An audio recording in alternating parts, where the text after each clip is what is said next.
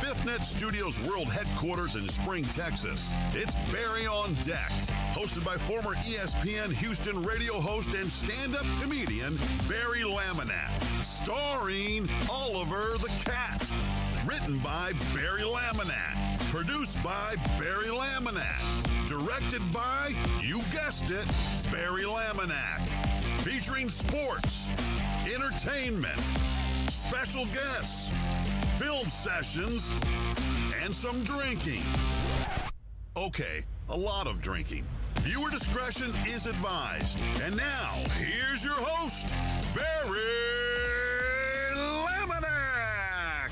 What's up, you damn dirty deckheads? Welcome to Barry on Deck.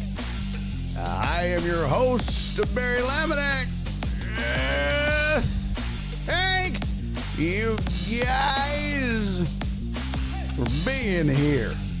Today is Tuesday, I think. Yes, Tuesday, May 6th, 2025. I almost said 24 again. And this is episode number 937 of Barry on Deck. Welcome to the show. Welcome to the program. Hello. I fucked up. I never do this. In fact, I think in the history of the show, I've never done what I did today. I don't normally do this at all. I'm not a guy that does this, especially during the week. I laid down to take a little nap. And your boy didn't set an alarm. So, yep. May the 6th be with you. Shit, I forgot. Yes, May the 6th be with you. And if it's watching the Champions League, what the fuck is that? Champions League. Oh, yeah. The second leg, you mean, of the UEFA Champions League where Inter Milan is facing Barcelona. Is that what you're talking about? Of course. I don't know what the fuck that is, Uriel. Well, welcome in. Bro, I was diligently doing my shit and hadn't been sleeping good. Didn't sleep good last night because of my fucking neck. And so I was like, man, like I didn't sleep. I was like, I'm going to take a nap. Just a quick little slumber. Just get in a nice little 20-minute, 30-minute something.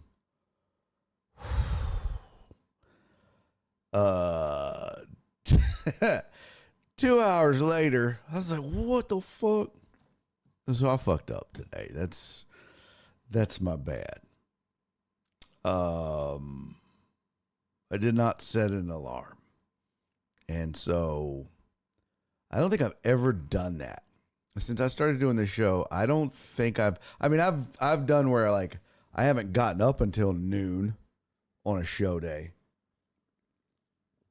I've done that where I've just like slept all day and got up and did a show. But I think in the history of the show, I don't think I've ever taken a nap in the middle of a day. I always usually just, take my Adderall and just get to fucking work. Even Adderall couldn't keep me up today. Well, I fucking crashed. But like I said, didn't sleep worth a shit. The neck still hurts. Nora, bless her heart, she was getting after the massage last night. She was doing her best to massage the old neck. Get it worked out. Hey, Jesus, buddy, thank you for resubscribing, man. Much love, Home Slice. Jesus just resubscribed for 12 months on Prime. Let's go. That's the lick right there. That's how you do it, man. Them Prime subs are the titties. So I fucked up. It's one of those ones where you just late to work because you oversleep. That's your boy. Just fucked up. So, but we got shit to do.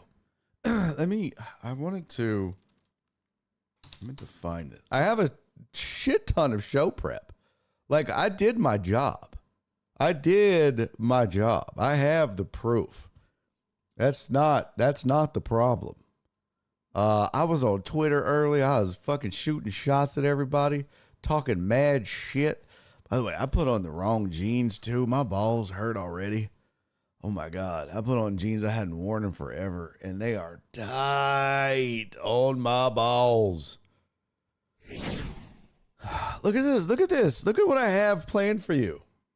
NBA awards, playoffs, NHL updates, this dumb question somebody asked. I've got 2 videos. I did some non-sports. Everything above this blank line is stuff I looked up today. All this is just like placeholder stuff that we could do at any time. So it's been there. But everything above that blank is stuff that I gathered for today's show. Like, I did my work. I don't want you guys to think I'm just slacking off here. I did my work for today's show. You see that? May 6th. This is all our sports topics for today. This is all our non-sports shit. I was ready. And then just fucking laid down to take a nap. I was like, my God. This is not... I've never, ever... This is just a fucking curse. I feel like it's one of those things where... Like, if you ever read books on, like, the power of positive thinking or, what's it called? Oh, manifestation. It's like, you know, when you put stuff out into the universe. I just keep thinking, boy, this show just always starts at 3, and that's what we manifest. We got to stop manifesting that. We got to start manifesting this show starts at 2. That's what we have to manifest. What does Cisco say? Nope. Nope what? Nope what? By the way, Cisco, your boy has booked his... Oh, you don't read. That's good. Your boy has booked his place to stay for the weekend. And we got our first activity booked. So we are going to do Garrison Brothers. For those of you that don't know, I'm going to the Hill Country. Nora's taking me to the Hill Country for my birthday. We're gonna do like a whiskey trail. They have like the Texas whiskey trail. So she's taking me to the Garrison Brothers distillery, and I think we're gonna do another one on. So we're doing one on Friday, and then I think we're gonna do another distillery on Saturday. Pretty cool. Pretty cool. Boy, I need to. That's weird. I'm thinking about dyeing this, by the way. I'm thinking about going brown or black to match with the hair. Just to see what it would look like. But we're staying in a pretty dope little Airbnb. It's got like a sauna and a spa, like a hot tub. It's pretty dope. So that'll be cool. So that's taken care of. Just, you said to let you know. You have been notified, sir. So here's what I need your help with, chat. I need your help. Fuck, what did I do with my laptop? Son of a bitch. Oh, I think I have it over here. I can do this here. Oh, I have it online. Never mind here. I have it online. I have it in my notes. Where is the Airbnb? Good question. It's like north, just north of Fredericksburg. It's like 20 minutes from Fredericksburg off of, hold on, I'll pull up the map. I can tell you.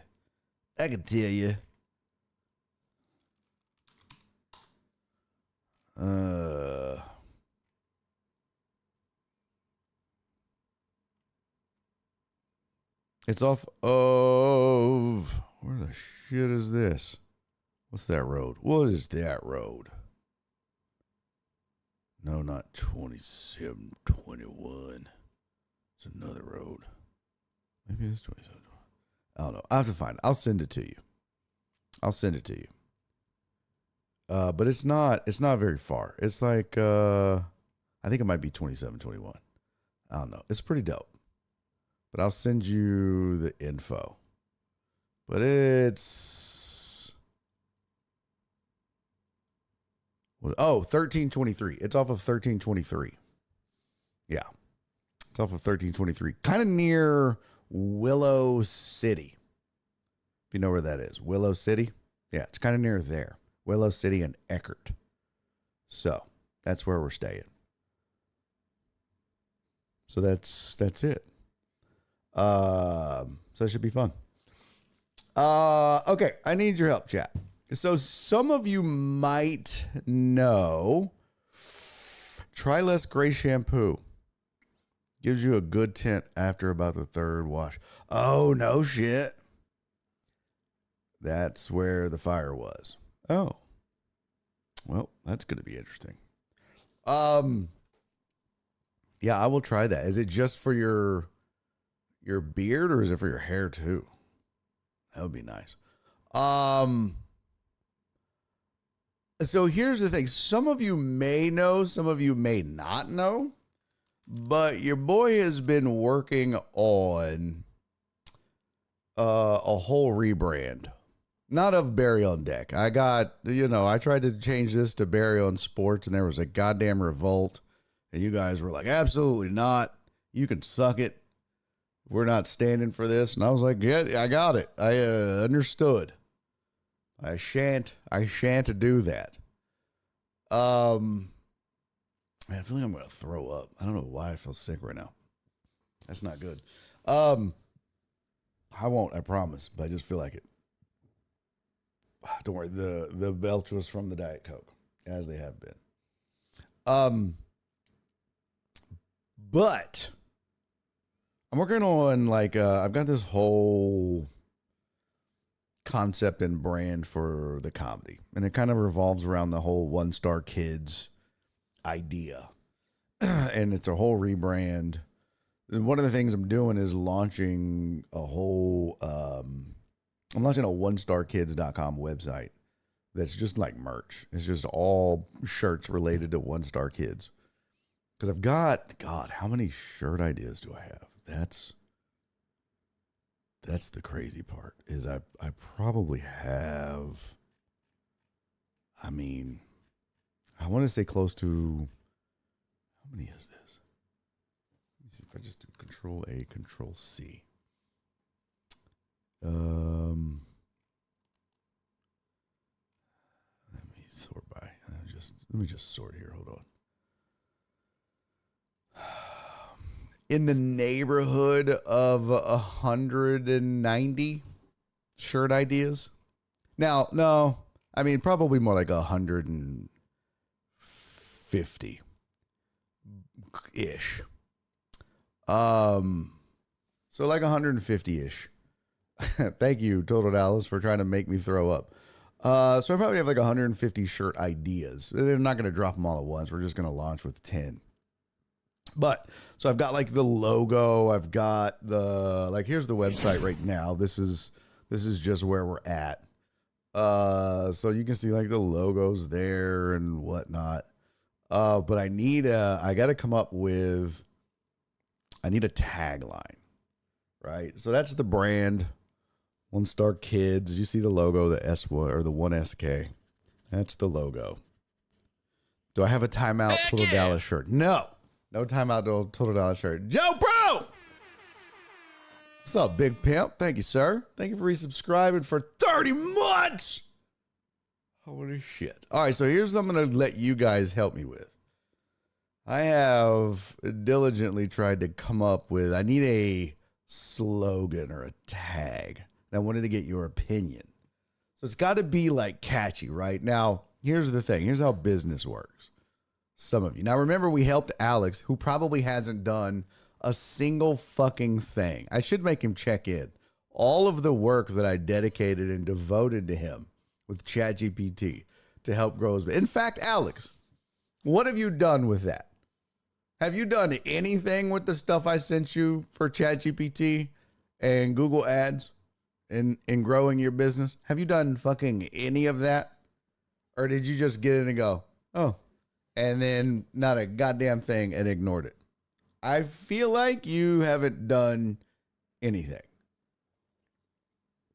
Would I be correct? Yes, I sent you the email, jackass. Didn't I? like 99.9999999% sure I sent it. Let me see. Sent items to April 24th. Yeah. April 24th. Sure the fuck did. Boy, don't get me. I sent it at 1:50 a.m., bro. 1:50 a.m. 12 days ago. I sent it to that Gmail that you gave me. The one that was 7596 shit. Yep. I still haven't gotten the quote to haul off Total Dallas. He'll do it for free. So, yeah, that email, rather long and extensive with a ton of shit. I included video links. I included, bro, look, I'm not going to show your email. I just want the people to know. When your boy says he's going to do stuff, I mean, it might take me some time sometimes, but this is the goddamn email. Look at this. This is what I sent total Alex Villanueva, you guys. This is all the shit that ChatGPT had me send to him that I copied and pasted and then organized so it was easy to read, plus the links. Look at all that shit. Did I send it? Man, go fuck yourself. I hope you go out of business now. Okay, that wasn't okay. All right, so this is the one-star kids thing. So every business, well, not every business, but you want to have something that's kind of, memorable. What's up, Mark? You want to have stuff that's like memorable. You know what I mean? Like a tagline or a slogan. An example. Nike. What's Nike's slogan? Just do it. Just do it. It should come from Barry at Barry on Deck. By the way, I didn't send it from my Gmail. It came from Barry on Deck.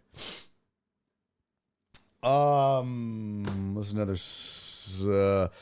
One of the examples I saw from like a marketing thing was like L'Oreal. You're worth it. So that's what I need to kind of capture the essence of this one-star kids clothing line. So here's the final list of slogans. I want you guys to vote on them. Okay? I'm going to create a poll. Everybody get on my poll. How many of these can I do? I can only do what fucking shit is this? What the shit? So remember now, like some of the shirts, like the first 10 shirts that we're going to drop, I say we, it's just me. I don't know why I'm saying we. Some of the shirts that I have are like, one of them is like the North Face logo, but it says fuck them kids instead of the North Face. One of them is like Facebook and it says marked myself safe from kids. One of them is like the Fight Club logo from the movie, but instead of Fight Club, it just says FTK Club, fuck them kids club. Yeah, one of them is just like hashtag FTK. One of them is the one-star kid shirt. One of them's it says kid free, but it's got the verified badge like on Twitter. So stuff like that, right? One of them says kids in this economy, but it's got like this character that's like a wallet. So stuff like that, right? So we just need, it's just, anti-kid propaganda. Good times, fun times. Just all rallying around this whole fuck them kids, one-star kids type thing.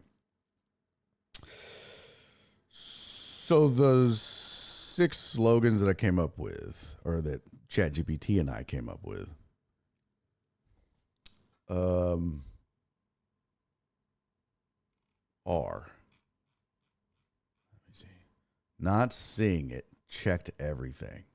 Bro, I literally just showed you my sent items. I don't know why you didn't get it. Did you give me the wrong Gmail?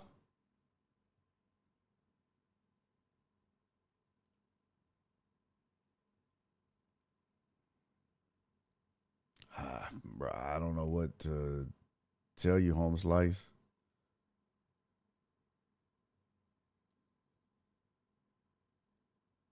I mean, I never got a message back saying that it wasn't received. Yeah, which one? I'm actually wearing a Till Valhalla shirt at the moment that has KFG on the chest. For keep fucking going. That would work well for fuck them kids. Yeah, no shit.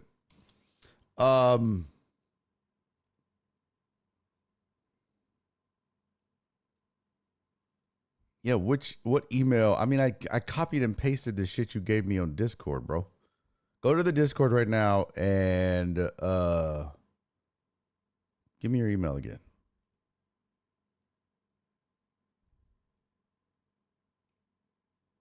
Yeah, I literally copied and pasted that. It's what I sent. I don't know what to tell you.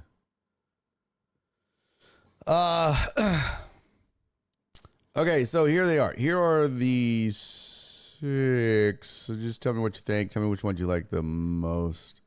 Vasectomies, just do it. That's funny. John Dorier. All right, so here's the slogans for the company itself, not for a shirt. Not for a shirt. Although I like that one. That is a funny slogan for a shirt idea. I'm just saying, like this would be like for the company itself. Shit, where go? Okay. So remember, like this is like our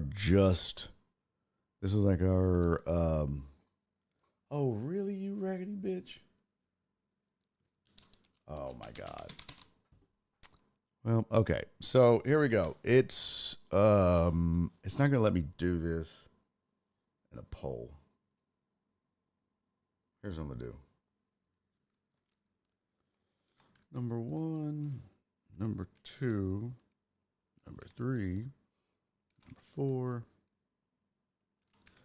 number 5. What slogan do you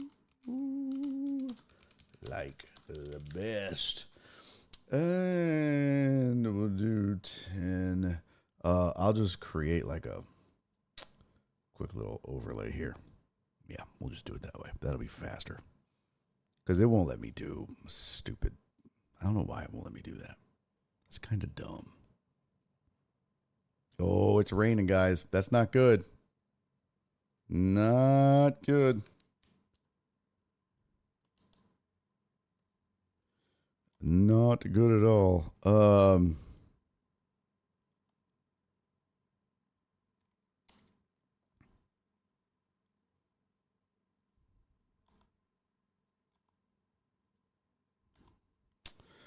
Okay. Oh my god. He still wants a timeout petty shirt. Okay.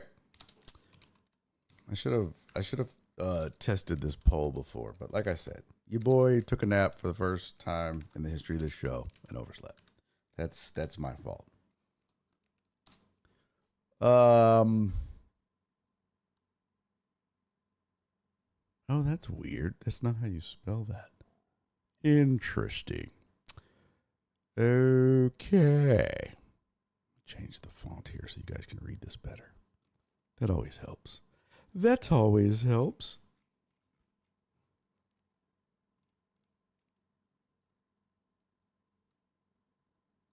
It's a good font you can read. I think that will work. Let's try this. Does this work? Don't believe it does. Dibs on lights out window 4 to 410. Probably a good bet. Know what I'm saying? Probably a good bet. I posted my shirt on show discussion of Curious. Oh, okay, cool. Thank you, brother. Thank you, Bubba. All right, so here.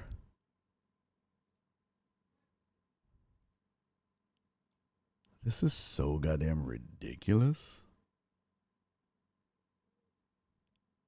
I don't know why this is doing this. This is driving me fucking insane, guys. Nothing ever goes like I want it to, and I don't know why.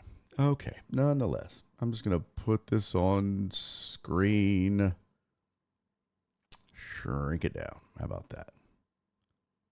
Oh, and it didn't even get number 1.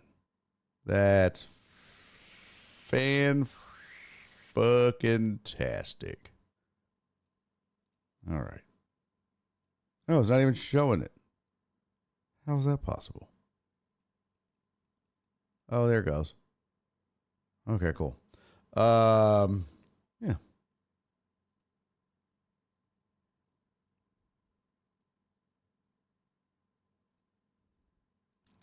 Even better. Oops.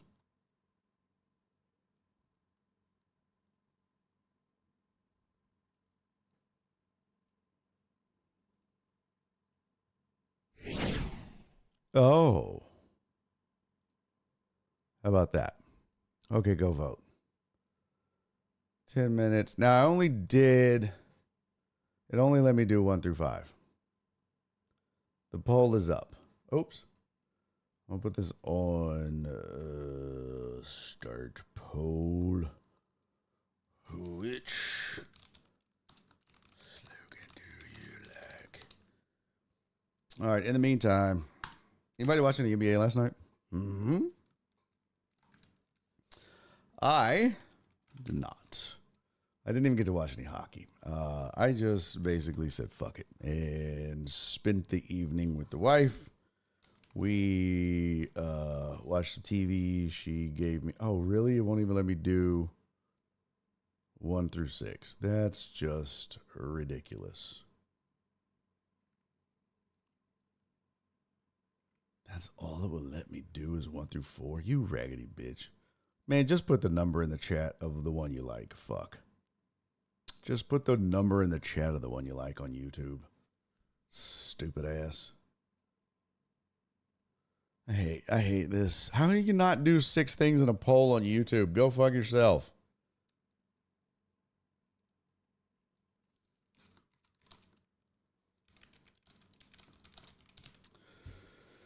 See, that was my favorite. Donna and Cece and Alex raising hell, not kids. Because it's just like short and sweet. I'm glad y'all like that too. Yeah, that was one of my favorites. I really kind of liked Peace, Quiet, and Petty, but it doesn't. You don't really know what that means. I just thought it was kind of interesting. But yeah, I think y'all are all kind of picking the ones that I like the most. Okay, while we're doing that,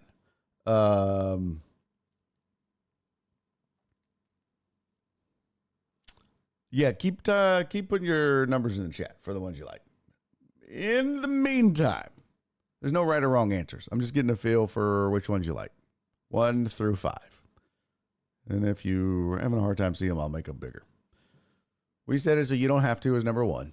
For the proudly child-free and the barely hanging on is number 2. We're not anti-kid, just pro-sanity is number 3. Number 4 is parenthood's optional. These shirts aren't. Number 5 is raise hell, not kids. Number 6 is peace, quiet, and petty. So vote. In the meantime, we got some headlines to do. What is this technology can suck a whole entire fart out of my ass? Yeah, bro. This is pissing me off. But what you gonna do? What shall you do? I think it's bad. It's bad mojo, bad luck, I guess. At this point, I'm just gonna start tracking these votes on this paper. Is bad luck or bad mojo at this point to have home court advantage in the NBA, it seems like. Because pretty much every team is getting their ass whooped. And maybe not whooped, maybe that's the wrong answer, but I think only one of the teams has handled business so far. Cleveland lost. Boston lost. OKC lost. So Minnesota's up. It's pretty wild. Yeah, the Nuggets are, yeah, the Thunder lost. Yeah. There's 4 matchups left. All of the home seeds or all of the higher seeds and the home teams have lost so far. Do we think that the Warriors are going to go into Minnesota and beat them? I don't think so. I was very surprised as well, Joe Pro. I bet we don't see Heartthrob Rob here today. I bet he's home crying in his Thunder snacks. He needs a Thunder buddy. That's probably what it is. He probably needs a Thunder buddy.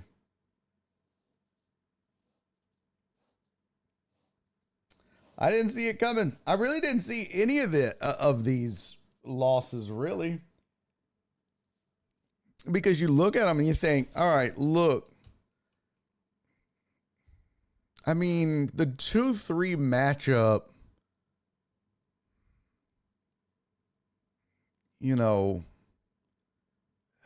the Celtics were supposed to be unbeatable. I think a lot of people were like, well, if the Knicks win a couple or whatever, okay, cool. Ow. Okay, cool. But damn. Knicks have a 1-0 lead. Pacers have a 1-0 lead. And now the Nuggets have a 1-0 lead. And here's looking at you, Minnesota. You're on the clock. I'll say this. After watching the Warriors play the Rockets, and watching them struggle with big men, I don't know if they're going to be able to handle the Stifle Tower, Rudy Gobert, and I don't know. I just told us that I think everyone is overreacting. Well, look, I don't think this is the end of the series. I don't think that the Celtics lose the series. I don't think the Thunder lose the series. The Cavs, I'm not so sure about. I'm not so sure the Cavs win the series. The Pacers are hot, bro.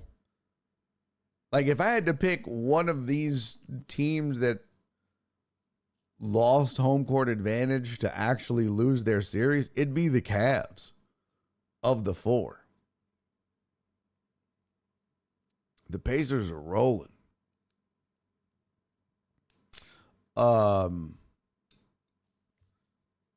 But watching the Warriors, look, the Rockets were the better team. They had the better players. They're just inexperienced. They just didn't, they didn't execute. One of their stars disappeared. And they still have to learn how to win. They're still in that mode. The Timberwolves at this point, they're not learning how to win. Anthony Davis and Rudy Gobert and crew, that's a team that knows how to win now. Mike Conley's been there, done that. Julius Randle, Rudy Gobert, these are guys that have been around the block. They may not be, they don't have championships necessarily. But it's one of those things where you're like, yeah, it's, they're not the Rockets. So I don't think that they're in any kind of trouble facing the Warriors. I mean, they certainly handled the Lakers, who went out and got Luka. And look, the Warriors play really good defense. Ever since the Butler trade, they were the best defensive team. We heard all that during this whole series, blah, blah, blah. But they're older. They're not very deep.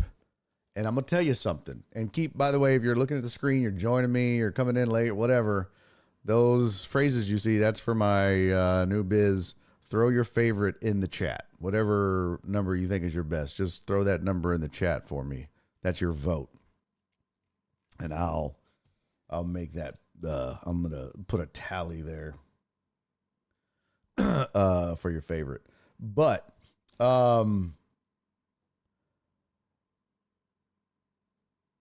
one of the things, I forgot what I was going to say.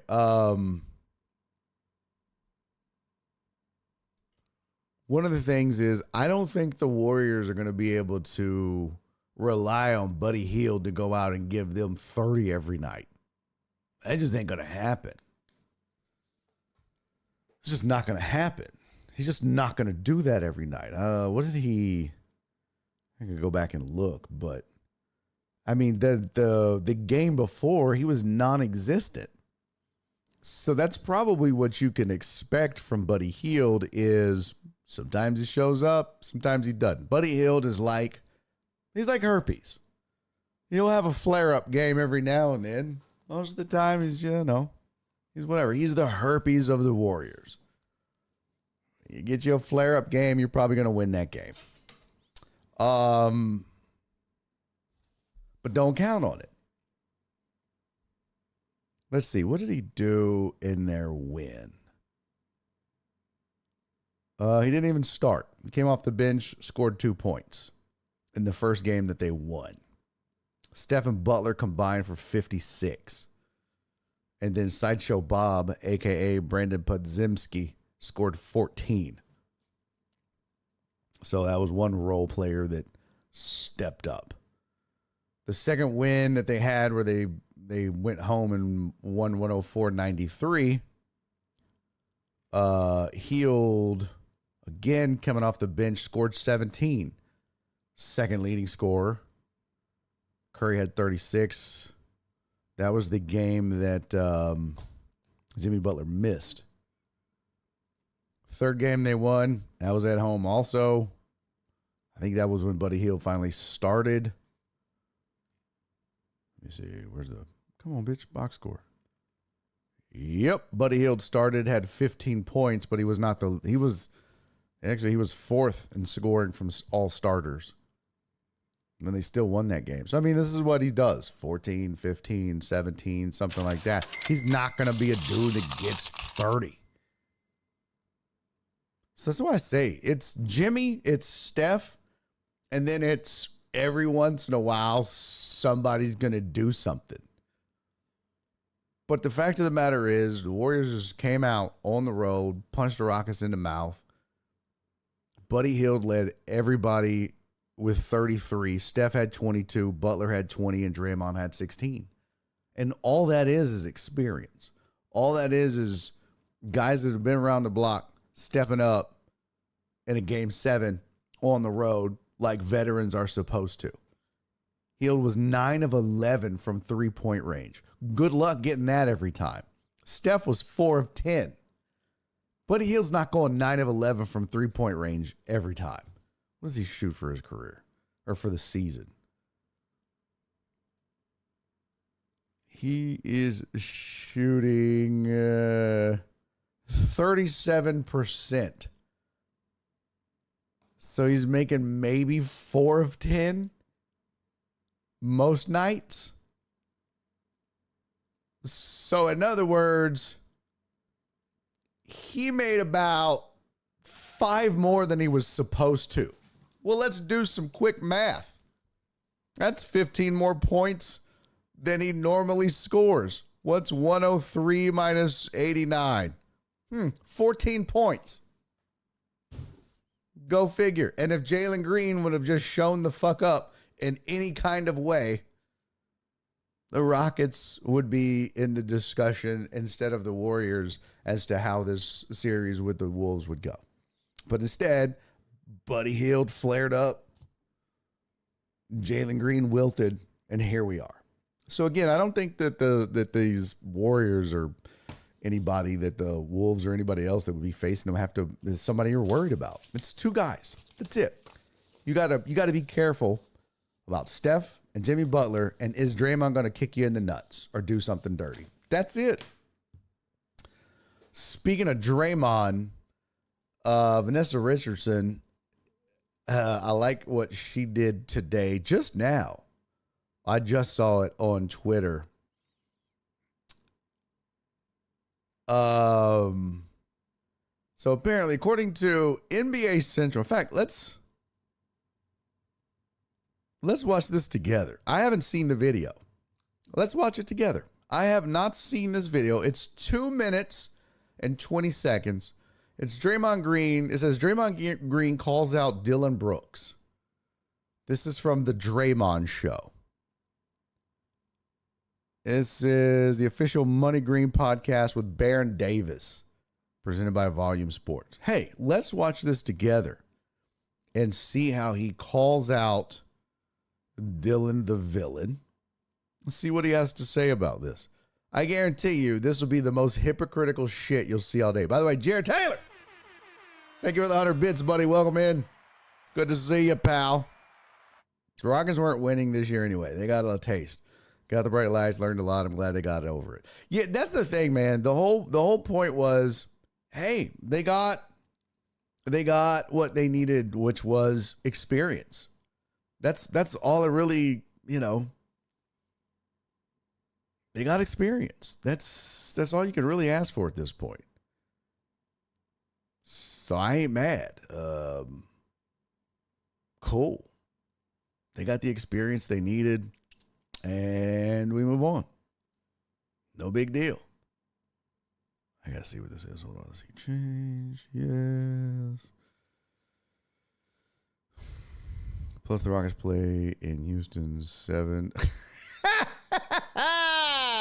7 plus 1 plus 3 equals 11. You nailed it, buddy. You fucking nailed it. All right, so let's watch this. Let's watch this Draymond Green 2 minutes and 11 seconds of probably some really sus bullshit from Draymond. This is Draymond Green talking, I guess, with Baron Davis on his show, the Draymond Show. 11 is 2 ones. That means you're a leader. Yeah. Something like that. Joe Bro said comparison to 2015 Astros.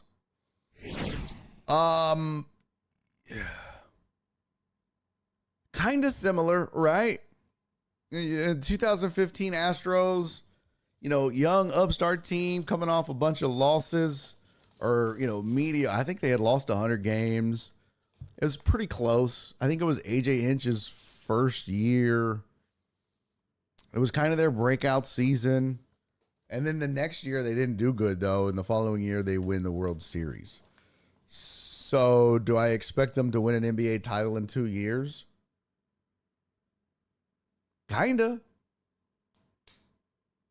Maybe. I mean, it kind of should be.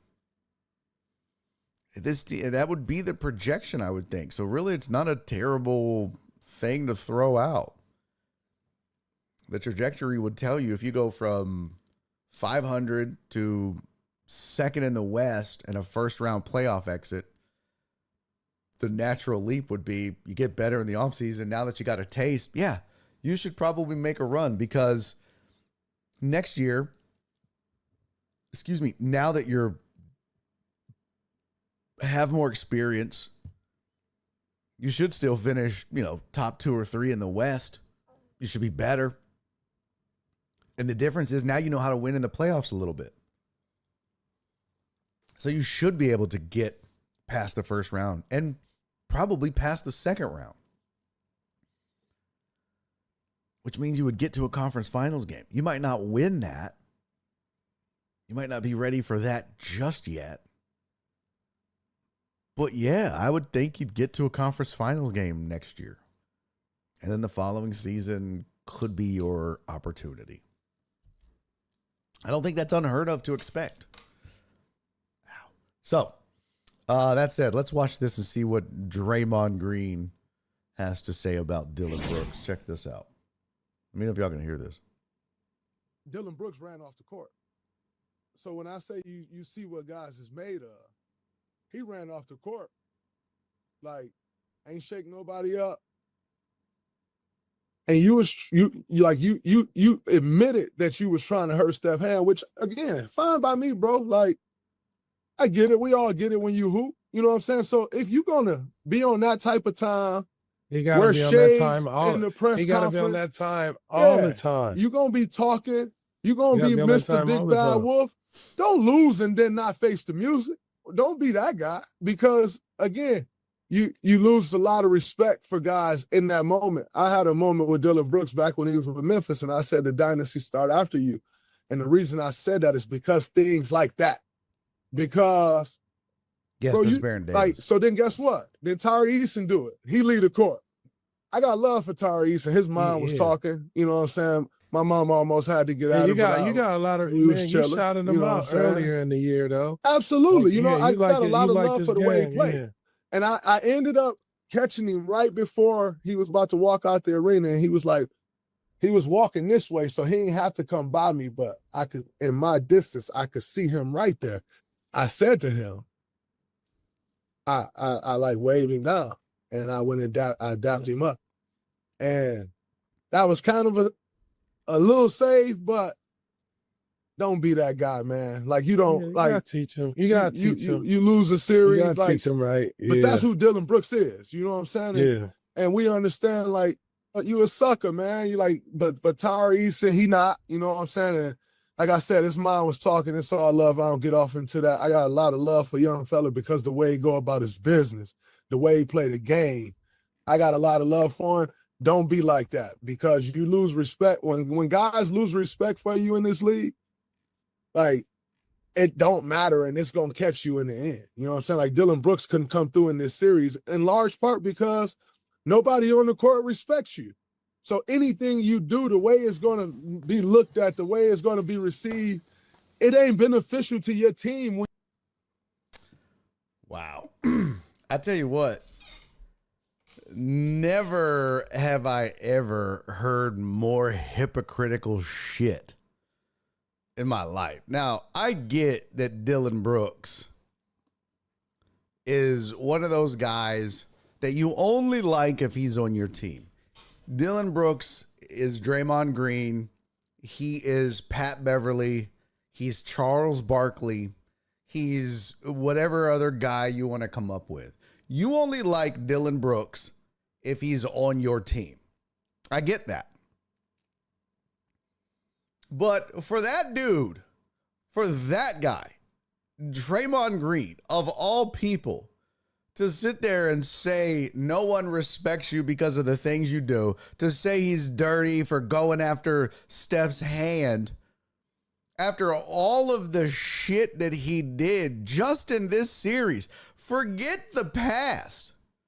All of the dirty plays that he's done in the past, which, by the way, Vanessa Richardson just made the laundry list. She said, I know the man who hit Mike Conley's already broken face so hard he had to have metal implants, and who punched Jordan Poole, poked Harden's eye, took a shot to Dante Exum's throat, hit LeBron in the groin, etc., etc., etc., etc., is not talking about sportsmanship. That's the thing. That's the thing.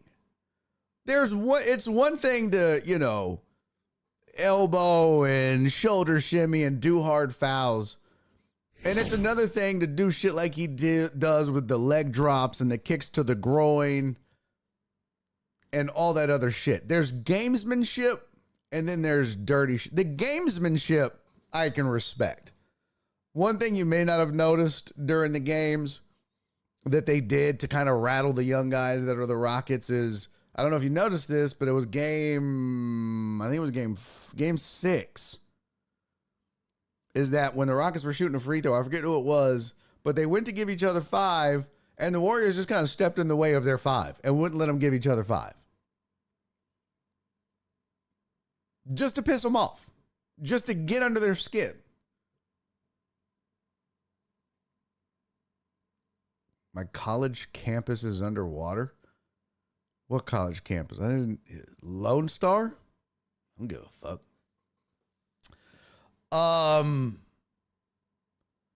There was that time when Draymond was on the low block, and they wanted to have a meeting. Yeah, I didn't go to that college. I just root for them, so technically not my college, but whatever.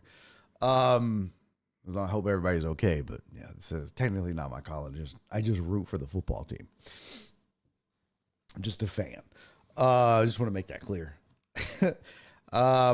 But there was a time when the Rockets wanted to have a quick little on-court huddle, but they were doing it in the low block where Draymond was going to take up position at the free throw line. And Draymond was like, oh, I'm just going to stand in the middle of your huddle because he can do that, but it's gamesmanship. Now, some people would watch that and be like, what an asshole. That's dirty. That's cheap. No, it's not. That's just gamesmanship. And I respect that. That's some shit that Pat Bev would do. That's some shit that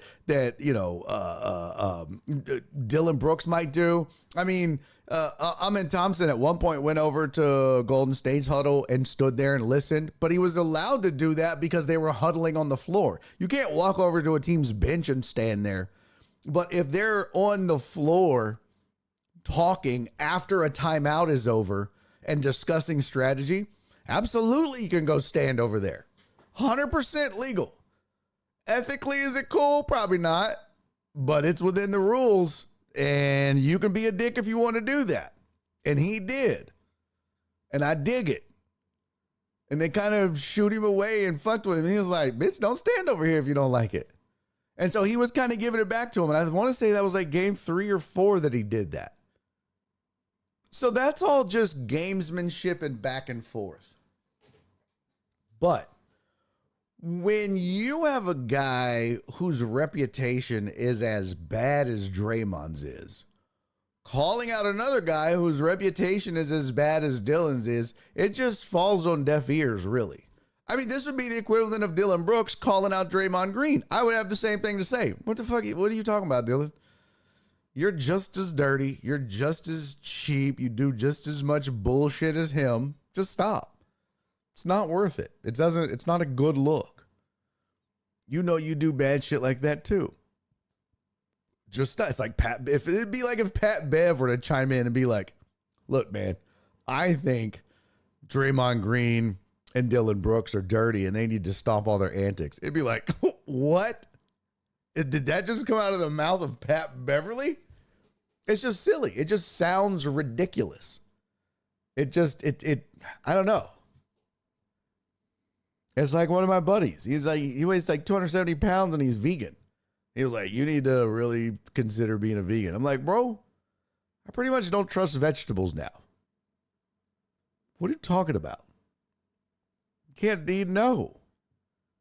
You've ruined broccoli and green beans and vegetables for me. Makes no sense. Can't do it.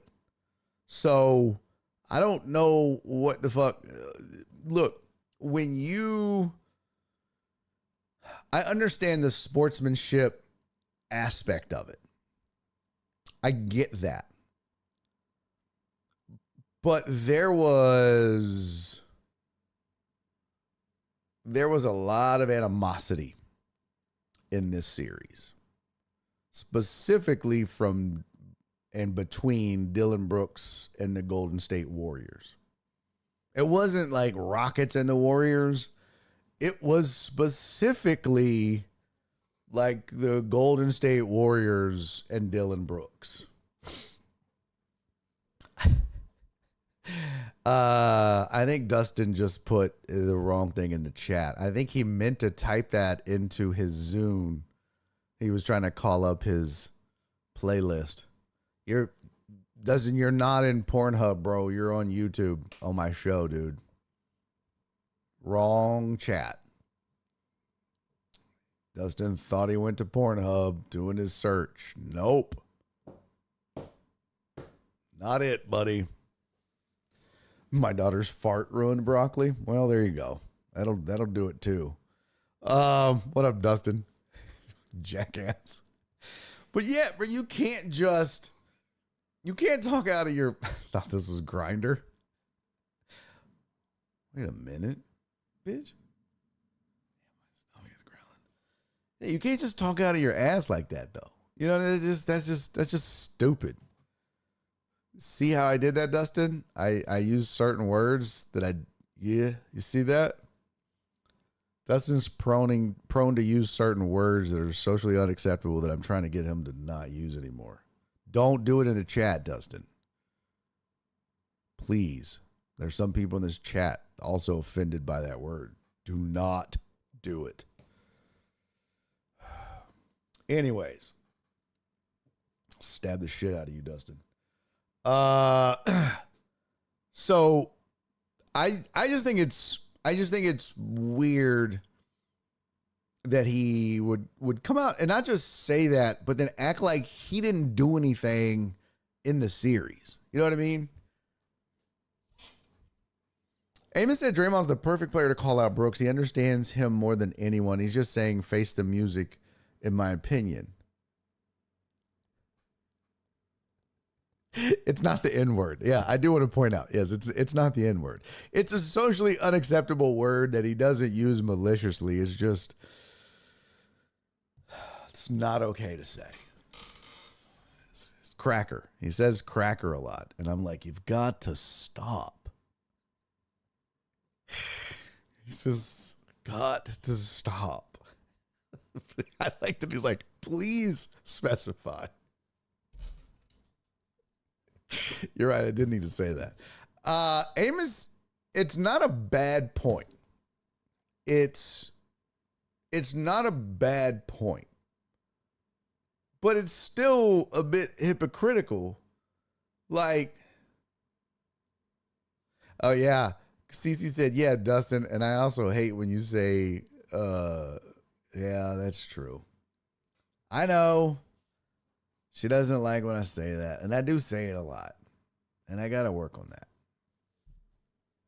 I know. We all have. I said this the other day. I was telling Jerry Wayne Lohmeyer, when we were having this talk on the road. And I said, everybody has their N-word, which is essentially a trigger word. Everybody has a word or words that trigger them, that just, they want to fight you, that they want to, that upsets them to the point where, they want to throw hands. So, like Jerry's word is the R word. Like, and he has his reasons for that. And that's, some people, it's the R word. Some people, it's the N word. Some people, it's GD. Some people, it's a whole lot of stuff. But everybody has a trigger word. Everybody has a trigger word. And like for Dustin, for example, it's the R word. Like when I say, hey, will you read this? He's like, what? Read? What? I can't.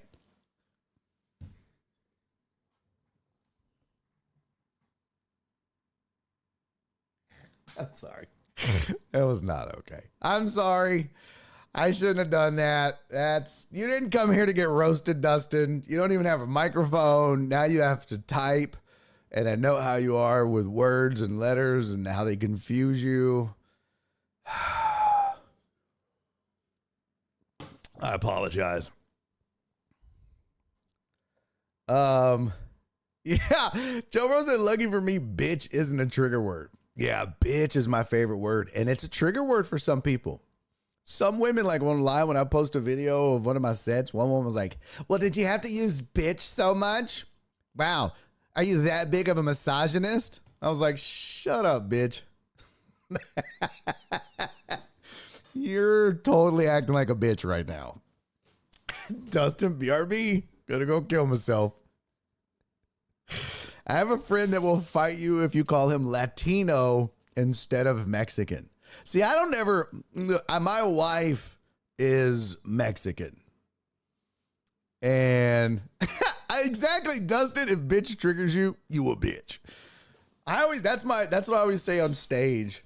I always do that because at some point I'll catch myself using it a lot. And I always have to stop and say, listen, I just need everybody in here to know bitch is my favorite word. I know I've been using it a lot, but I need y'all to know bitch to me has no gender. Everybody's a bitch. I'll use it. If I haven't done it yet, I'll use it in the set later when I'm talking about guys. So to me, everybody's a bitch. I'm a bitch. And then I'll point at like, she's a bitch. I'll point at a woman in the crowd. I'll be like, he's a bitch. I'll point at a dude. I'll be like, my mom's a bitch. Yeah. And I'll whoever's featuring, I'll be like, Kanisa's a bitch. So don't come up to me after the show complaining. Why did you say bitch so much? That's because you're acting like a bitch. That's how I get out of it. Because then people, you're right, dude. People do get triggered by it. Everybody has a word that triggers them. It's just like, you got to it's a fine line you got to walk. And Total Dallas has a point too. If you're going to kill yourself, you're not going to BRB. More like BRD. Fuck you. Okay? Fuck you. God, you made my pacemaker skip. Kiss my ass. Fuck you. You know what's sad is the other day during Assholes Anonymous before the show in the green room, Jerry Wayne got there. And it was me, Jerry Wayne, Dustin, Nitra, this guy named Ryan and his girlfriend. And Dustin goes, "How old are you, Jerry?" And he was like 47. And I was like, am I the oldest fucking person in this green room? I think I even asked out in the crowd. No, that wasn't there. Where was I at? I was somewhere else. And I asked, clap if you're 50 and older. And no one clapped. And I was like, what the fuck? Am I the oldest person in the room? That'll break your heart. That'll really make you shit in your depends when you ask, if you're over 50, clap your hands, and no one claps, and you're standing on stage, and you're just like, Jesus Christ. Am I performing in a Toys R Us? What in the fuck is happening right now? Yeah, Joe says, I don't have a trigger word. Just don't shit in the electric room. He will literally put a boot in your face. That's a fact. All right, so we'll move on. The point is, fuck Draymond Green. He's a dipshit. I'll pull your pins to the side.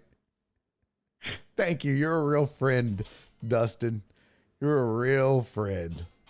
You're a trooper, buddy. You're a real pal.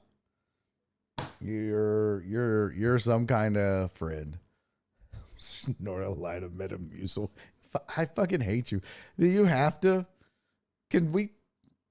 Who's running this show? Can we ban Dustin? Jesus Christ, I don't need this. I guess I kind of invited this by roasting him as soon as he got here. Jesus Christ. I'm so glad he doesn't have a microphone. Ugh. All right. Let's do some headlines. Let's get into a couple of headlines, and then we'll get back to some more NBA playoffs. Come on.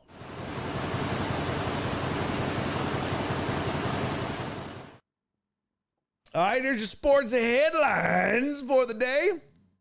Well, I don't know if you missed this, but the NBA has started giving out their awards. Yeah, you may have missed it. I don't know if you did. You might have. There's been more awards given out, but Kenny Atkinson, head coach of the Cleveland Cavaliers, won the Coach of the Year in the NBA, which I think is horseshit. Thank you, Donna. Thank you. Get over there and fucking ban him. Yeah, Kenny Atkinson won Coach of the Year for the Cleveland Cavaliers, and that's good. I mean, you know, look, let's do a little experiment here. Let me just look at something here. All right, just humor me for a moment, would you? Let me pull this up here. Man, I'm fucking starving. Okay, this is this season's standings. Dustin is old. He's on YouTube instead of Twitch. Yeah, he's over there hanging out with like old people. The Cavs were 64-18. That's good. Rockets finished 52-30, right? Let's go take a look at last season. The Cleveland Cavaliers were 48-34, finished. That's a winning percentage of almost 59% of their games. If you look at this year, they won 78% of their games. So a 20% improvement, right? But they still finished in 4th place in the West. Last year, the Rockets didn't even make the playoffs. They finished 500. They were 41-41. Did not even make the playoffs. Didn't even make the play-in games. Didn't even make the, let's see if you can make the playoffs. Nope. 41-41, 16 games back. They go from 500 to this year finishing 2nd in the West, 52-30. So they go from winning 41 games to winning 52 games. That is an improvement of, don't ask Dustin, his head will explode if he has to count. They won 11 more games than they did last year. The Cavs last year won 48 games. This year they won 64 games.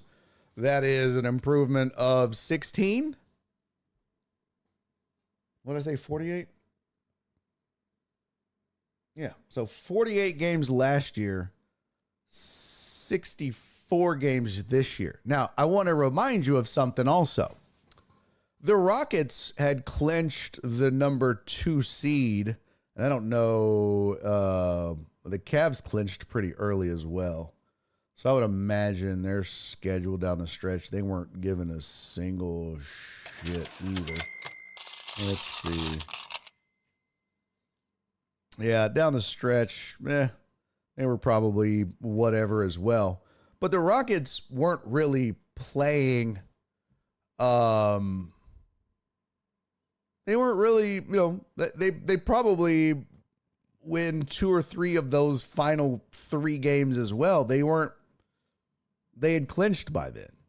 So it was 100%, they didn't give a shit. So 3 of those losses very easily could have been at least 2 more wins. So I think that's important to keep in mind as well when you're looking at this. My point is, Cleveland was already good. 4th best team in the East. The Rockets weren't even considered good. They weren't even considered above average. In fact, they were 100% average. They go from average to the 2nd best team in the West, the 4th best team in the NBA, the 4th best record in the NBA, the 4th best winning percentage in the NBA. I think that's worthy of Coach of the Year. I really do. I get it. Cavs win the East, best record in the East, 2nd best record in the NBA, blah, blah, blah, blah, blah. You're just not going to convince me that Ime Udoka doesn't deserve Coach of the Year. Just not going to convince me of that. So, it's whatever. I mean, they're going to give it to the dude. I don't know what the final voting was. Atkinson received 59 of the possible 100 first place votes from the media panel, beating out Detroit's J.B. Bickerstaff, the man he replaced. Houston Rockets coach Ime Udoka finished 3rd.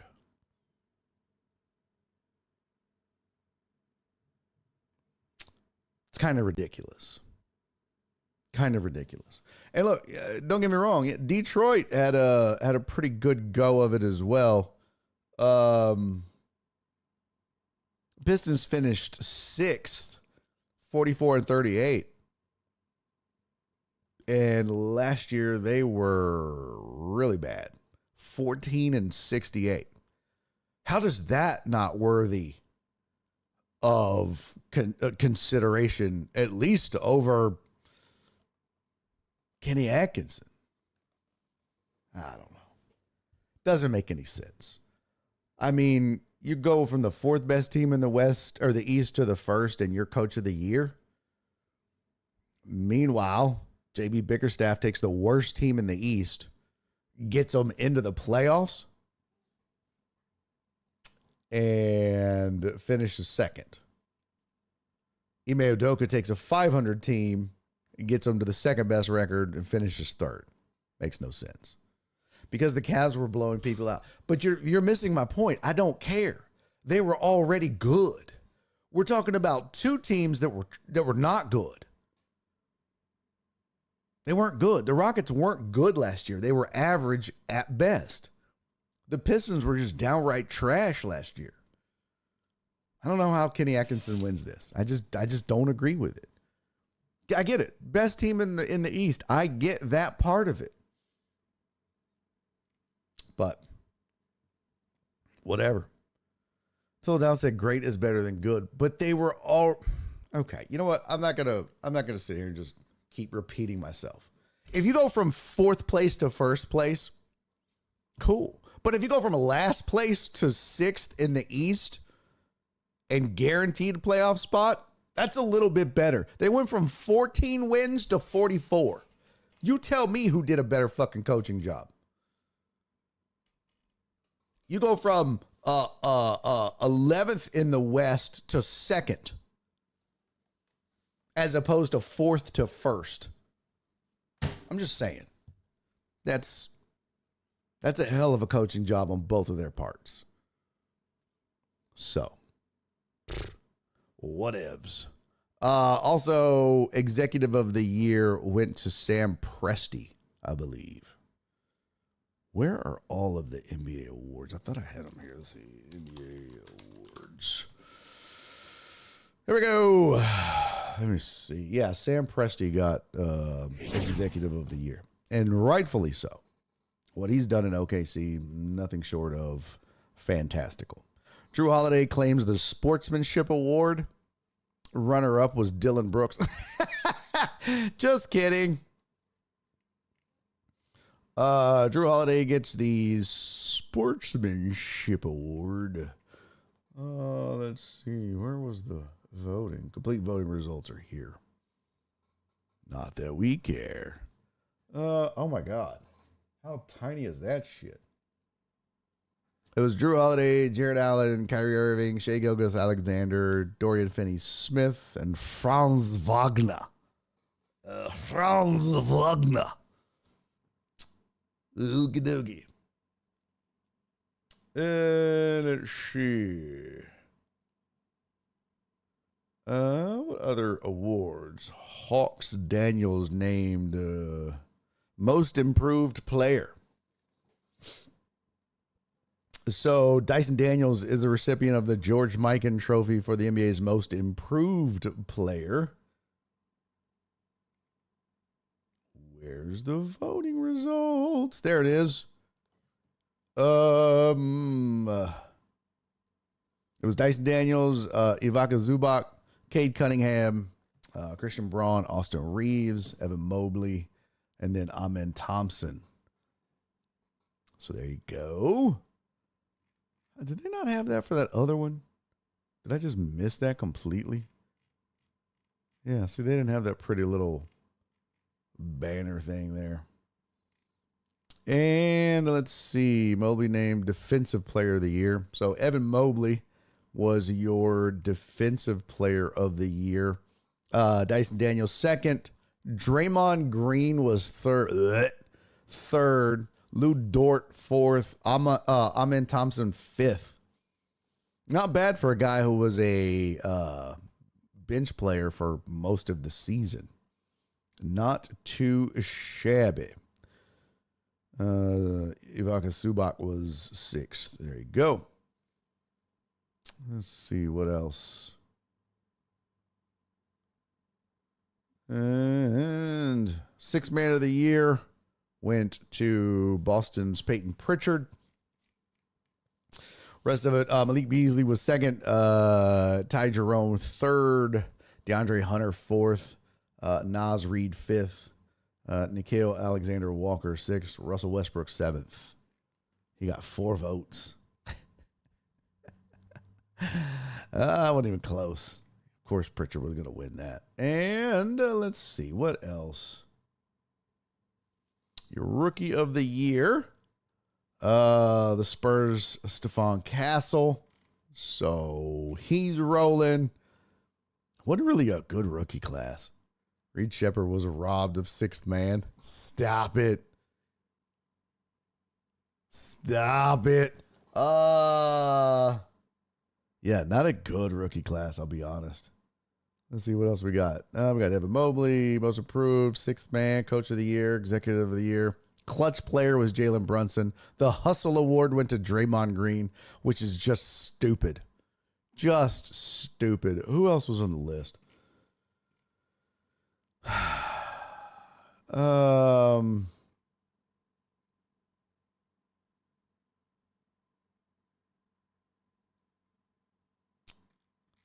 don't know. It just do you get that for like the most nut shots? And I don't know. It's just ridiculous. Let's see what else. Sportsmanship award. We know Draymond wasn't getting that. Teammate of the year was Steph Curry. Sportsmanship award, Drew Holiday. So there you go. So what do we have left? We got MVP. Here's the announcements that are left. Coach of the year. So exec would be today and tomorrow. Wednesday will be the social justice champ. And then MVP will be announced when? When is MVP going to be announced? Huh. I don't know. Got to be soon. Thursday, maybe? I don't know. But that's all that's left. So, that's got to go to SGA. Got to go to SGA. What the fuck is a hustle award? Just do your job. I kind of agree with you on that. All right, so there's your NBA awards. One last thing in the headlines department. NFL is expecting over 1 million fans at the draft in 2027. They're going to do it in D.C. They're going to do it on the mall. They call it the mall, but it's out there where the Washington Monument is. They're expecting 1 million people. Ow. They're expecting 1 million people. I see you, Joe Pro. We're going to do it tomorrow. They're expecting 1 million people to show up for the draft. They said they had like 600,000 in Green Bay. How is that? There's not even 600,000 people in Green Bay, is there? What is the population of Green Bay? Green Bay's population? 105,000. How many people attended the NFL draft this year? 600,000 over the 3-day event. This figure matches the attendance record set in Nashville in 2019. However, it's lower than last year's record-breaking attendance in Detroit, which saw 775,000. So then why would you say it sets the attendance record? That's weird. But they're expecting 1 million in Washington. I would imagine so because it's East Coast. You're going to pull a lot more people. Lots more. So, yep. Who are the top ranked college players due for the draft? Cooper Flagg and let's see, second is nobody, third is Gibbs, and fourth a fuck. It's Cooper Flagg and everybody else, baby. Cooper Flagg and everybody else. Yeah, Christmas Sam Houston said draft has to be boring as hell in person. I would agree. I would go to Washington, but it wouldn't be to watch the draft. Washington itself, if you've never been to D.C., man, Washington, D.C. is fun. That's a fun city to go to. So is Philadelphia. Nora and I took a vacation once, and that's what we did. We flew into Washington, spent like 2 or 3 days there, and then took a train ride to Philly. Excuse me. Or did we do that in reverse? Did we fly to Philly and take a train ride to DC? I don't remember. Excuse me. I don't remember which way we did it. It was one or the other. Either way, hella fun. Highly recommended. It's a fun, like, if you kind of want to get into some of the history of our country and some of that stuff, highly recommend you do that. Really good time. really cool, really interesting, and we didn't even come close to getting to see everything. But really neat, and one of my favorite vacations of all time. So, yes.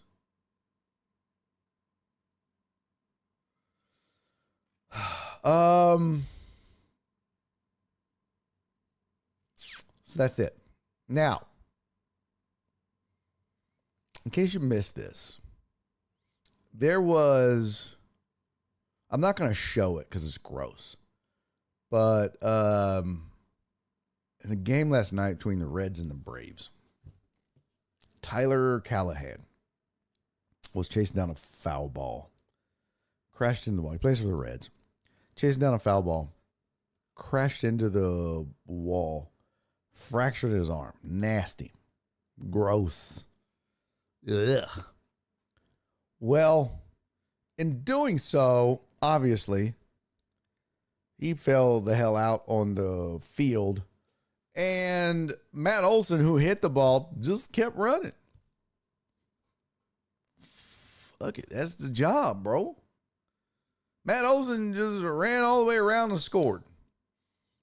And the question from this Twitter handle, Baseball History Nut, said, thoughts on Olson coming home on this one? And I was like, bro, what kind of dumbass question is that? And then it really made me think, you know why he's asking this? Because only in baseball would this even be a thought. Only in baseball. And the reason this is a thought is because baseball has so many of these dumbass unwritten rules that no one gives a shit about. And this is my favorite sport, so don't think I'm attacking baseball. It's my favorite sport. But there's just so much of this bullshit that goes around. Like, okay, it was a freak accident. He broke his hand or whatever, but that's not Matt Olson's fault. Matt Olson's job when he's at the plate or on the bases is to score.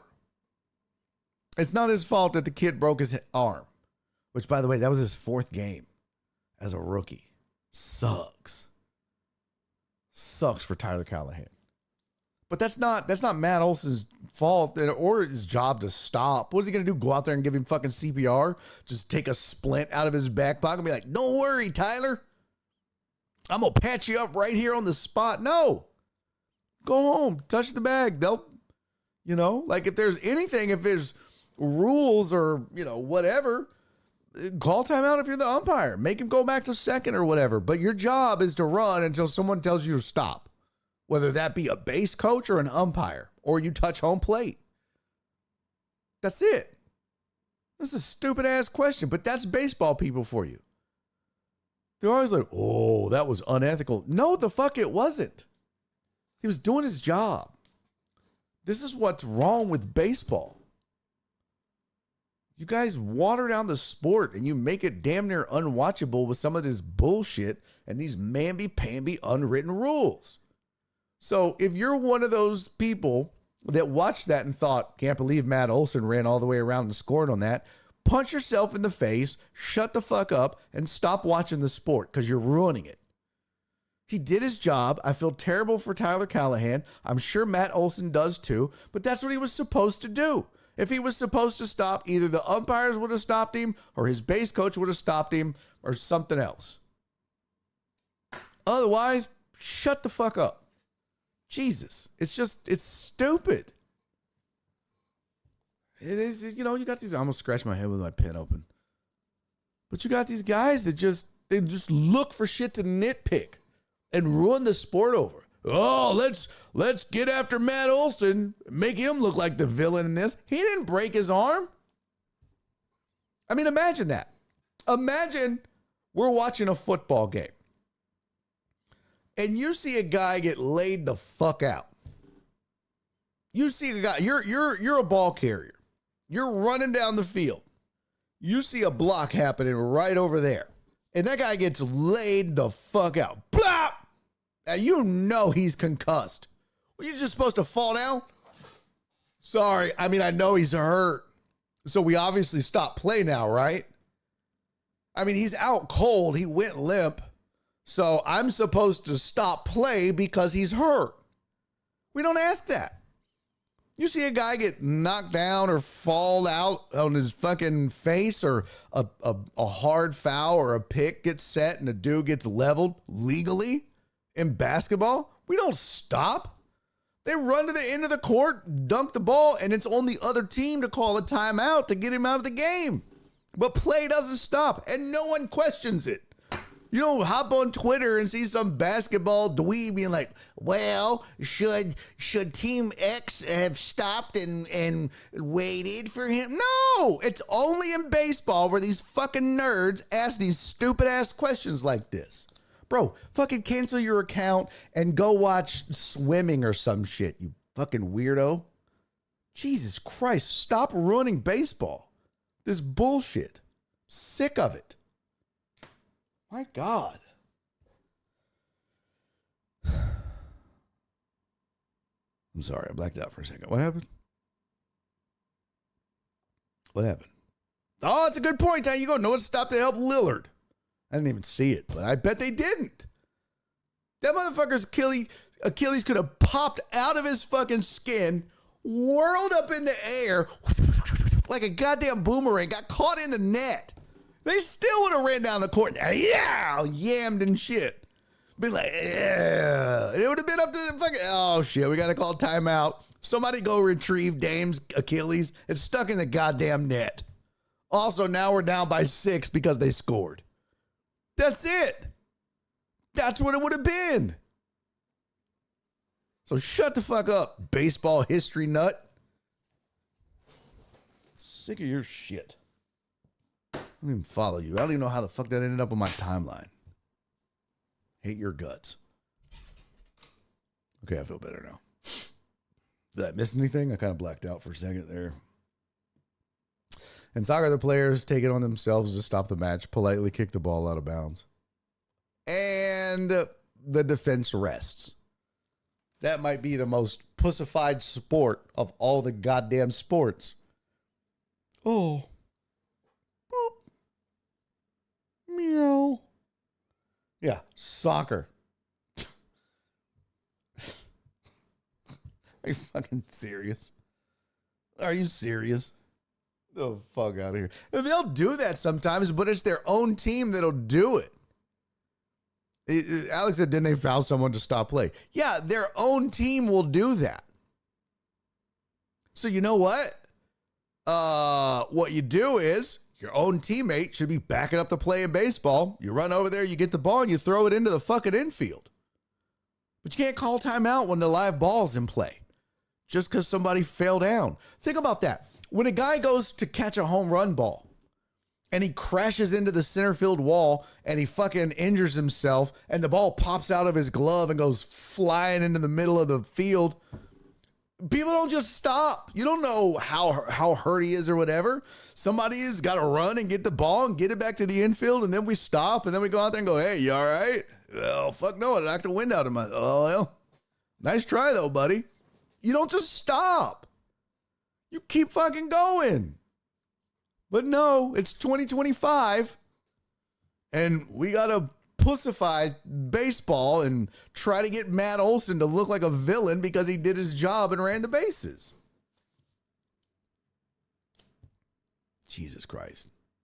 And this fucking idiot would be paying for a blue check mark too. Oh, well, maybe not. He's got 232,000 followers. It might be legit. Oh, he's Canadian. Enough said. And scene. Fucking enough said.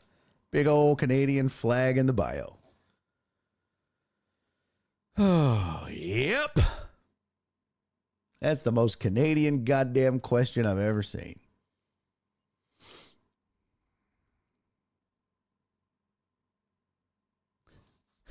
Alex, the NBA stopped for blood, but not an Achilles. Well, that's different, though. I mean, you can thank Magic Johnson for that. Facts are facts.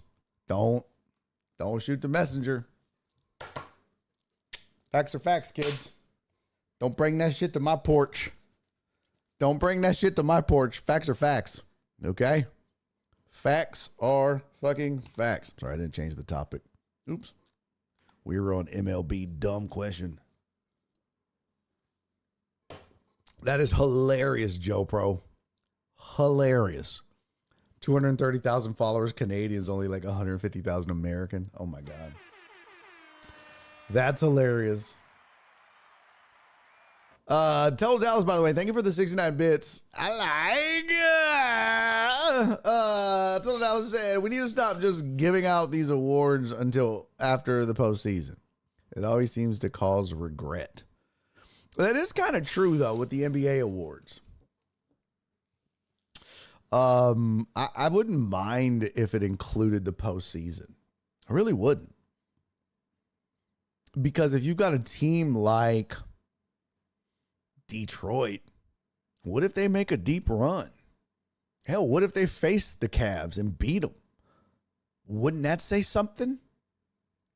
Oh, just think it should be included. I see you, Mina. Let me get to your AMAAA. Let me get that chow. Christopher Mina had to ask me anything about anything, and it's a long talk question. Mina said, hashtag ask me anything about anything. After I scalped the grass, should I lay sand down on the grass after a good rain? Well, what type of grass do you have, sir? What type of grass we talking? Is it Bermuda?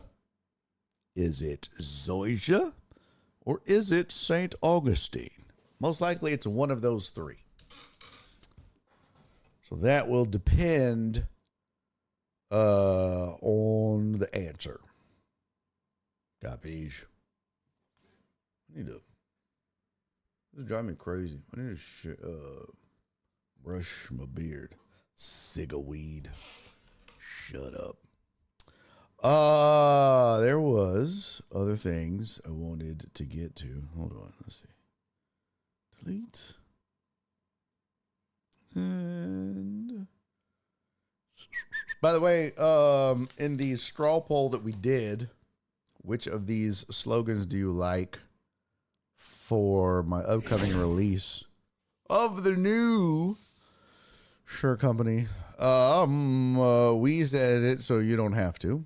It's for the onestarkids.com clothing line.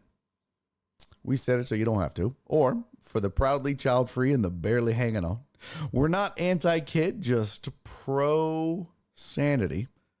Parenthood's optional. These shirts aren't. Or raising hell, not kids. Lastly, peace, quiet, and petty. Looking for a tagline or a slogan for the company.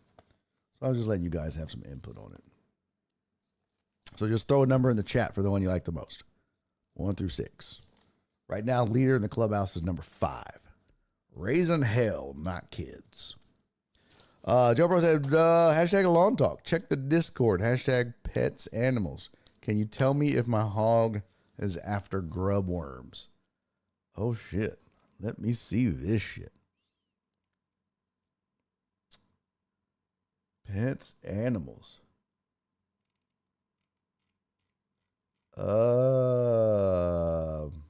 Holy shit, Joe Pro. Yeah. Yeah. You're going to have you some good bacon. Thank you, Jerry, for the vote. Yeah. Joe Pro about to make him. He going to have good breakfast. Boy, look at that sumbitch. 6:56 p.m. Man, you need to be careful out there, Joe Pro. How close to that was he? How close was he to camp? Shit. That's crazy. That is crazy. Yeah, that's wild, dude. That's a lot. That's a big ass hog. The bigger one is already distributed into 11 ice chests. Ah, there you go. There you go.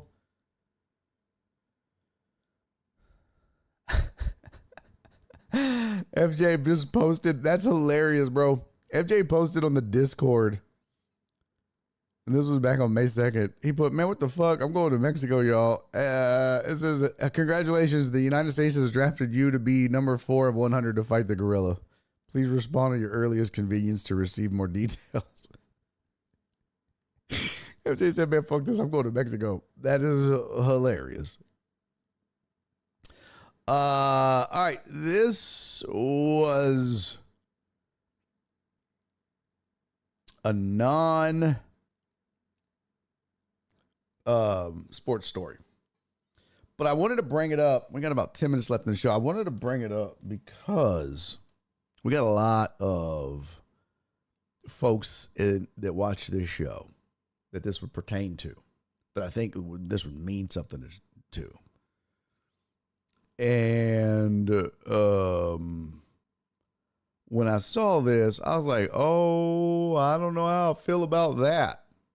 I don't think I like this at all. Self-driving 18-wheelers are now on the road. It says the autonomous freight firm Aurora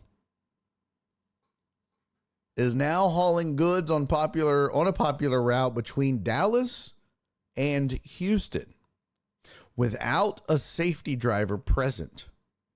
That's right.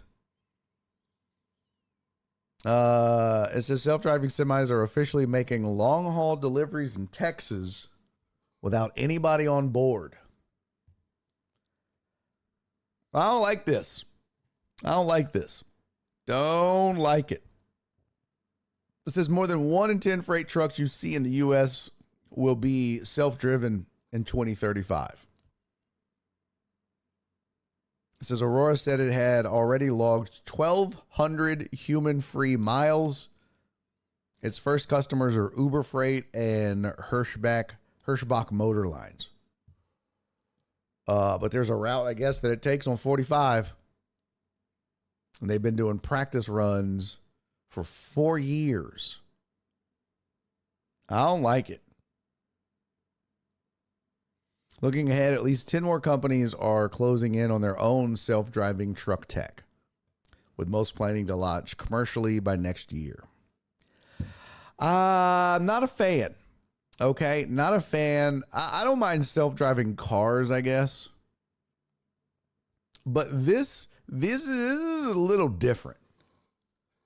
These bad boys are, to me, a lot more dangerous. So that's not who will feed the hookers, CC. I don't like this. That's too scary. I don't like this at all. It's just, these are already dangerous enough. No, thank you. Nope.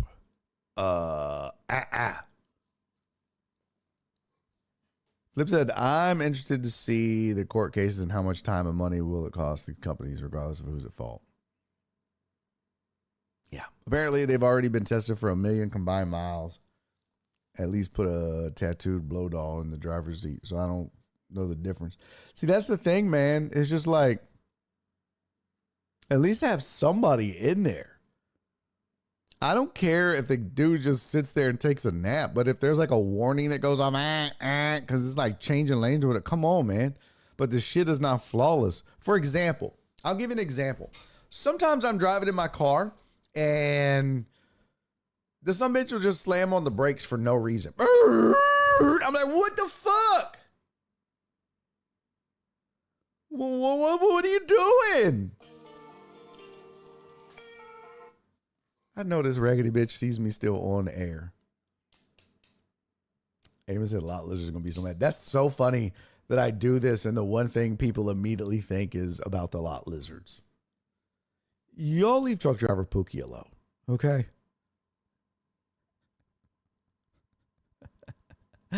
Oh, Joe, bro, you ain't never lied, bro. You think they're after these truck companies now? Shit. So, Mina, to answer your question about this, mostly Bermuda, if you scalped it, then yeah, go ahead and lay down your sand. But are you gonna overseed or reseed, or are you just gonna let it grow back naturally? Do you have a decision? I'm trying to see something here.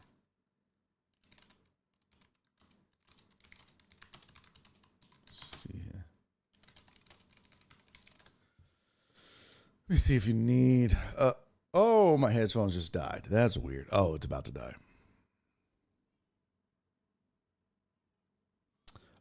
Because if you're not gonna reseed, you can still. So sand is usually used for leveling. So if you need to like level your lawn, a lot of times you're gonna want to put down, like you'll use sand for leveling. Sometimes it'll help like with drainage and stuff like that. But also, if you're gonna reseed, like you'll do sand as kind of a top dressing, and then like you'll reseed and then do whatever. And I'm not as good with Bermuda as I am with St. Augustine, but like if you're just like, man, I just scalped it and I'm gonna let it grow back on its own. And the best thing you could probably do is do like a 50-50 mix, which is compost and sand, because the compost is really going to make it take off.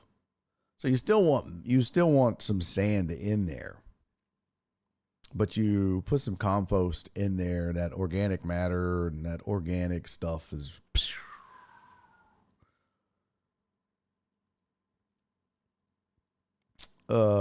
General maintenance, natural growth at a place where nothing invasive messes with it. Oh, okay. Yeah, so if you're not reseeding, man, I'd probably get me a 50-50 mix. Right? So like, yeah, let me see what I don't know where, I usually just go to like a I go to this place up here in Conroe, but there's a lot of places that'll have like a 50-50 mix of like compost top dressing and sand or soil, and put that down.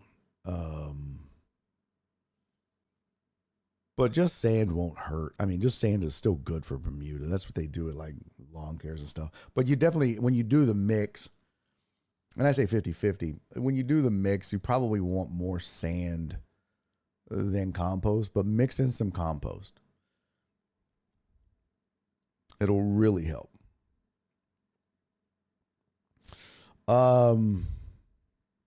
And before you do it, now that you've scalped it, try to aerate. Try to get in and poke some holes in your Bermuda so that sand that you are putting down, or if you do the mix like I'm talking about, has a chance to get down in there, because Bermuda especially is really prone to compaction. So you can buy like spikes that you can walk around on, or you can get an aerator and rent it, but definitely try to get try to aerate before you do the sand. Okay. Total Dallas had a question. Ask me anything about anything. You think I can mix St. Augustine in the front and Bermuda in the back? So you want to make a yard mullet? I mean, I would not. Here's why. One of them, you're wasting your time and you're doubling your efforts in maintenance, because the care routine for both is vastly different. So when it comes time for maintenance schedules and the way that you take care of the lawn, you're going to have two different schedules. You're going to have two different ways of taking care of the front versus the back, the times that you do it, how you do it, what you buy for it. I wouldn't do it. I would just stick with one type. I would not mix the two. And inevitably, one is going to overtake the other. Most likely your Bermuda is going to overtake your St. Augustine, inevitably. And then you're going to be fighting to get the St. Augustine to take back over if that's what you want. It's a pain in the ass. It can be done. I've won the battle on one side of my lawn because my neighbor had St. Augustine, and I have, my neighbor has Bermuda. I have St. Augustine. And this St. Augustine eventually started winning. And there's a trick. It's you do it about this time of year. About the second week of May, get you some liquid atrazine, and you get out in your yard and you spray wherever you have Bermuda that's fighting with your St. Augustine and it's kind of taking over. You spray those areas, and that will weaken that Bermuda. And then you mow, you let your grass grow real high. And that will help your St. Augustine overtake the Bermuda, because Bermuda hates shade. It absolutely hates it. So a couple things you can do is also get you some like plants or bushes, or even set up like canopies where you have Bermuda, and give it a lot of shade. It fucking hates that. St. Augustine can thrive in shade, especially more than Bermuda, which is why they'll tell you if you have this battle going on in your yard of St. Augustine and shade, and Joe Pro's right, Bermuda will 100% evade St. Augustine, and it's not such a bitch, but it is difficult. It's difficult to if you want to get rid of it, the Bermuda in St. Augustine. It could be a pain in the ass. But you know, there's ways to do it. It just takes several seasons to do it, as opposed to just like, well, fuck it, I'll just dig it all out and replace it. That's the easiest way to do it. Kill, till, and fill. Just spray with a Roundup, till it out, replace it. That's the easiest way. And probably saves your sanity. Told us said redoing the back. Don't want to buy St. Augustine. Is it because you just want to be able to reseed it later? Bermuda's a different beast when it comes to maintenance, bro. If you really want to maintain Bermuda the right way, get you a real mower. Like, I don't mean like R-E-A-L. I mean R-E-E-L. Like one of those manual reel mowers that mows it at a 1/2 inch to 1 inch high. You need sand. You need seeds. It's a whole different thing. And I'm not good at it because I don't own it. So I could help you with St. Augustine more than I could ever help you with Bermuda. That's just me. But I mean, there's so many resources out there. You'd be fine. So, all right. Producer Flip has said it's time to go. The man has spoken.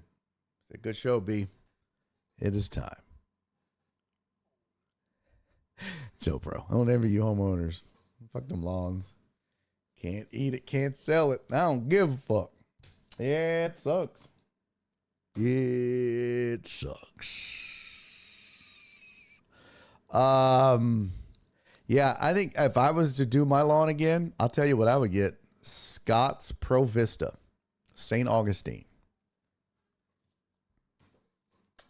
In fact, I'm thinking about starting in the back and replacing my lawn. Thank you, Jared Taylor. I'm thinking about replacing my lawn in the back with Scott's Pro Vista. Let me see if I can find it. I'll tell you why. Let's see if I can find the link to it. Where is it? I can't find it. It is supposedly immune. Maybe not the right word, but it is glyphosate tolerant. Go pee on your lawn, bro. Have a good time. So what does that mean? Well, I want to say it's the Pro Vista. Let me see. Let me make sure I'm telling you the right one here. Yes. Scott's Pro Vista St. Augustine is a revolutionary turfgrass variety engineered for reduced growth, resulting in less mowing and improved weed control. It is glyphosate tolerant, allowing for the use of non-selective herbicides to eliminate weeds without harming the turf. What does that mean? Well, Roundup, the thing that kills everything, including your grass, won't kill your St. Augustine. This shit is revolutionary, truly. And it grows slower, so you're not out there mowing every 3 or 4 days during the growing season. So what happens is when you get these nasty weeds like Virginia buttonweed, dahlia grass, I've got torpedo grass, which is fucking awful. You can get Dallas grass. There's just a ton of weeds that are nasty in our part of the country. Super invasive. You might get Bermuda that pops up in your St. Augustine. It's so much easier with this Scott's Pro Vista because you just get your Roundup out and you go and spray all the shit that's in your St. Augustine that you don't want. Kills it like that. And all that's left is St. Augustine. It's a beautiful fucking thing. Beautiful. Next place I move, or if we stay here long term, I'm definitely replacing my shit. I'm putting it in. Because just like I go out right now and spray my flower beds with Roundup or glyphosate. That's what I want to do in my yard. Shit, that's easy peasy. So that's the ticket right there. All right. That's the show, ladies and gents. You ever use that stadium grass seed? No, I haven't. I have not. Yeah, Dallas grass, which, by the way, that's not how you spell it, but I understand what you're saying.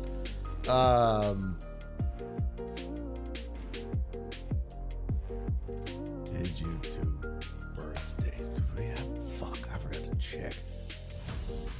God damn it. I failed again. This is what happens when you take a nap and you fuck up. No, I didn't. And I probably have some goddamn birthdays today that I missed, Cisco. And if it's yours, I'm going to cry. Stadium grass seed. I have it. Hold on, let me see what birthdays. We're going to do it tomorrow. God damn it. Who do we have? Son of a bitch! I have failed you miserably, Cisco. I'll be goddamn. We're doing it. No, we're doing it. Fuck that. No, because there's nobody here to celebrate, Cisco. We're going to do it tomorrow when we can actually celebrate. I didn't even look. This, God damn it. See, I failed. Every time this kind of shit happens, I feel like such a dickhead. Well, at least you're not the only one that I forgot. FJ feels you too. Motherfucker. What a failure I am. What a fucking failure. All right, well, tomorrow we got to get after it. We got birthdays to do tomorrow. Grapes, we'll keep another day. Joe Pro says do it twice. Yeah, I'm not going to just do it half-ass at the end of the show. I refuse to do that. He gets the whole song. Fuck that shit. I'm not just going to sell it short. I've already fucked it up. God, how did I miss that? I didn't check. See? This is why we need Jen. She used to remind me all the time. What a day. What a goddamn week. All right, well, I love you, Cisco. You know that. I just fucked that up royally. We have 3 birthdays left in this month. I can't forget. One is Cisco's. Tomorrow we do it. Perry is May 15th. Jenny's mom is May 20th. Can't fuck those up. And then there's some on here. Oh, no. Sydney's is May 10th. I got to resort this. Oh, JM Woke is May 13th. Chris from Sam Houston is May 15th. No, we got to. This got to be resorted. Who did this? I'm missing Todd's birthday, our Silva's, Riley's, Mikey C's. I don't have Joe Pro's birthday. What the fuck, man? Nah, we don't do mine. Joe Pro, why don't I have your birthday in here, bro? What's your birthday, Joe Pro? Give me your goddamn birthday, Joe Pro, right now. What is it? I want your Joe Pro. Joe Pro, give me your birthday. Let me know when you're going to Garrison and I'll try to pull some strings. Friday, the 30th. Friday the 30th. Are you doing anything fun tonight, Cisco? You going out? Tell me the wife is taking you to a strip club. That would be so cool. Like an all-male. Yeah. Lizzie's all in the... Okay. I have never given it. That's between me and Mama. Damn it! You still haven't given me your Venmo so I can pay you either, jackass. Was it me that you paid or did you pay Jen? I'll find it. Jackass. All right. Joe Burrow was dropped by an eagle. That's hilarious. All right. So, real producer would know. There's no strip clubs in Fredericksburg. Oh. They probably wouldn't be good anyways. All right, I'm going to get this birthday list situated. All right, in the meantime, you guys do me 3 favors. Be safe, be kind, love each other. Cisco, I owe you big time, brother. I hate me as much as you probably hate me right now. For the rest of you, I'll see you tomorrow. Cisco, go get all the head you can get. And we'll do shots tomorrow. All right, I love you guys. I'll see you tomorrow, everybody. Goodbye. And he's making a YouTube video.